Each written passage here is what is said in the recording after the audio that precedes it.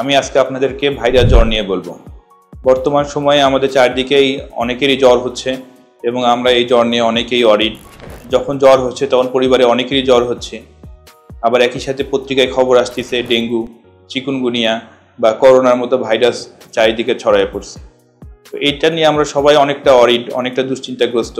কিন্তু প্রকৃতপক্ষে ভাইরাস জ্বর নিয়ে দুশ্চিন্তার কিছু নেই। বেশিরভাগ ক্ষেত্রে এগুলো সামান্য জ্বর এবং ফ্লু, ঠান্ডা কাশির মধ্যেই ঠিক হয়ে যায়, 5-7 দিনের মধ্যে ঠিক হয়ে যায়। আমরা অনেক সময় মজা করে বলি অ্যান্টিবায়োটিক খেলেও 7 দিন, না খেলেও 7 দিন।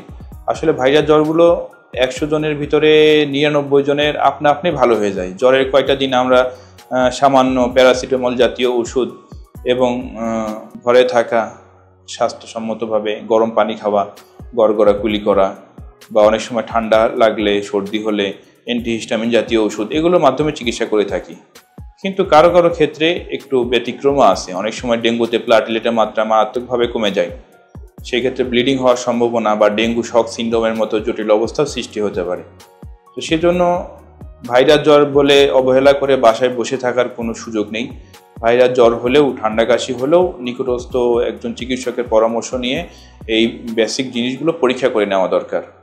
সাথে সাথে করোনা যদিও এখন আর আগের মতো মারাত্মক আকারে নেই, তবুও করোনার ব্যাপারেও আমাদের সতর্ক থাকা দরকার। চিকুনগুনিয়া হইলে অত্যন্ত শরীরে ব্যথা হয়, গিরায় গিরায় ব্যথা হয়, জয়েন্টে ব্যথা হয়।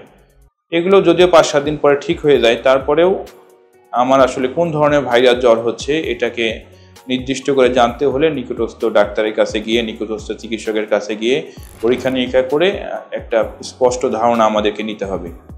যদি ডেঙ্গু শক সিন্ড্রোম না হয়, সেক্ষেত্রে ডেঙ্গুর চিকিৎসা বাসায় থেকেই করা সম্ভব।